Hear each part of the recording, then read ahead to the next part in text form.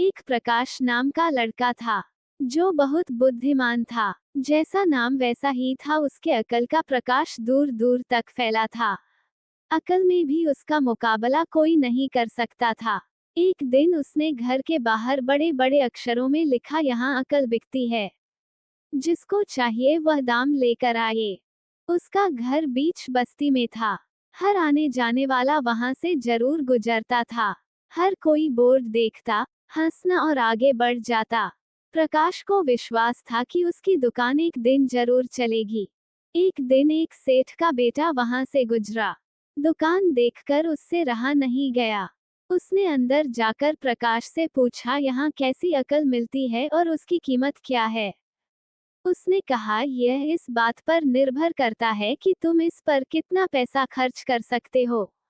सेठ के बेटा ने जेब से 1 रुपया निकालकर पूछा, इस रुपए के बदले कौन सी अकल मिलेगी और कितनी? अरे भाई, 1 रुपए की अकल से तुम अपना 1 लाख रुपया बचा सकते हो। वो कैसे होगा 1 रुपए से? सेठ के बेटा ने 1 रुपया दे दिया। बदले में प्रकाश ने एक कागज पर लिखकर दिया, जहां 2 आदमी लड़ झगड़ रहे हो वहां खंडे मत रहना। सेठ का बेटा जब घर पहुंचा और उसने अपने पिता को कागज बताया, तो उसके पिता ने कागज पढ़ा तो वह गुस्से से पागल हो गया।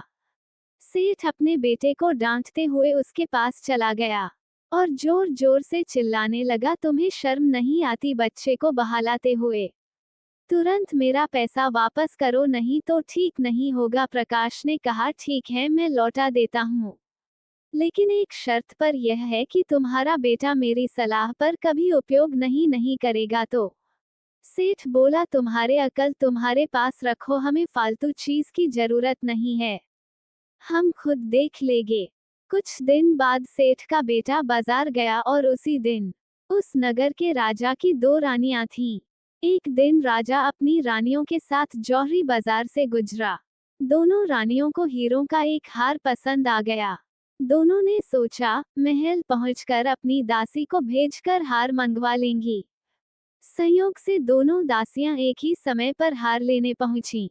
बड़ी रानी की दासी बोली, मैं बड़ी रानी की सेवा करती हूँ, इसलिए हार मैं लेकर जाऊंगी। दूसरी बोली, पर राजा तो छोटी रानी को ज्यादा प्यार करते हैं, इसलिए हार पर मेरा हक है। सेठ का बेटा उसी दुकान के पास खड़ा था। उसने दासियों को लड़ते हुए देखा। दोनों दासियों ने कहा, वे अपनी रानियों से शिकायत करेंगी। जब बिना फैसले के वे दोनों जा रही थीं, तब उन्होंने सेठ के बेटे को देखा। वे बोली, यहाँ जो कुछ हुआ तुम उसके गवाह रहना। दासियों ने रानी से और रानियों ने राजा से शिकायत की। राजा ने दासियों की खबर ली। दासियों ने कहा, सेठ के बेटे से पूछ लो, वह वहीं पर मौजूद था। राजा ने कहा, बुलाओ उसे गवाही देने के लिए। इधर सेठ का बेटा डर गया और पिता परेशान हो गए, कहीं मेरे बेटे को कुछ हो न जाए करके। फिर उसे प्रकाश याद आया और फिर दोनों अकल की दुकान के पास गए और उससे सहायता मांगी। प्रकाश ने कहा, मदद तो मैं कर दूं, पर अब जो मैं अकल दूंगा उसकी कीमत है 5,000 रुपए है, पैसा दोगे तो बोलो, फिर मैं तुम्हें उपाय बताता हूँ। मरता क्या ना करता। फिर उसने 5,000 दिए। प्रकाश ने अकल दी कि गवाही के समय तुम पागलपन का नाटक करना और दासियों के विरुद्ध कुछ मत कहना।